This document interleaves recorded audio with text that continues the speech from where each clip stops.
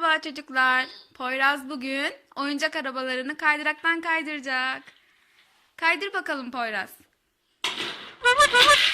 Çok güzel. Bir tane daha al bakalım. Bakalım kırmızı arabasını aldı Poyraz. Oo, çok güzel oldu. Bir tane daha. Al bakalım. Hangisini alacaksın? Hangisini alacaksın? Sarıyı mı aldın? Kaydır bakalım. Oo, çok güzel oldu. Bir tane daha. Hangisini alacaksın bu sefer? Yeşil mi? Aferin sana. Hadi bakalım.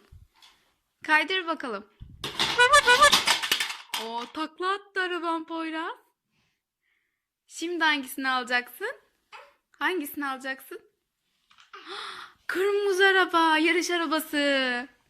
Kaydır bakalım. Bu çok güzel kaydı değil mi Poyraz?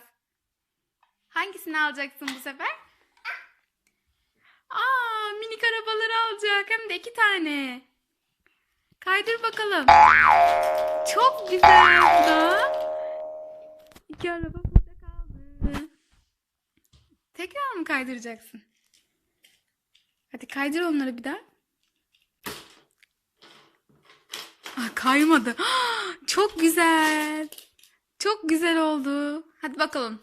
Şimdi hangilerini alacaksın? Hangilerini alacaksın?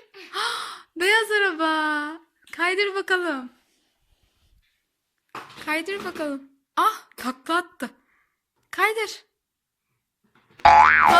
Al bakalım. Şimdi hangisini alacaksın? Hangisi? Onu mu alacaksın? Al hadi. Evet, Poyraz bu sefer büyük araba seçti. Kaydır bakalım. Aa, geliyor. Takla attı araba. Bu arabanın bir tekerleği yokmuş. Bu da burada kalsın.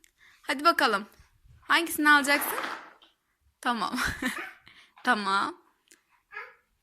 Onu mu aldın? Oo, çok güzel kaydı Poyraz. Hangisini alacaksın şimdi? Evet, kırmızı ve büyük araba. Kaydır bakalım. Evet, oradan kaydıracağız. Kaydır bakalım. Çok ses çıktı bundan. Sen de mi kayacaksın? Kay bakalım sen de. Çok almayacak mısın?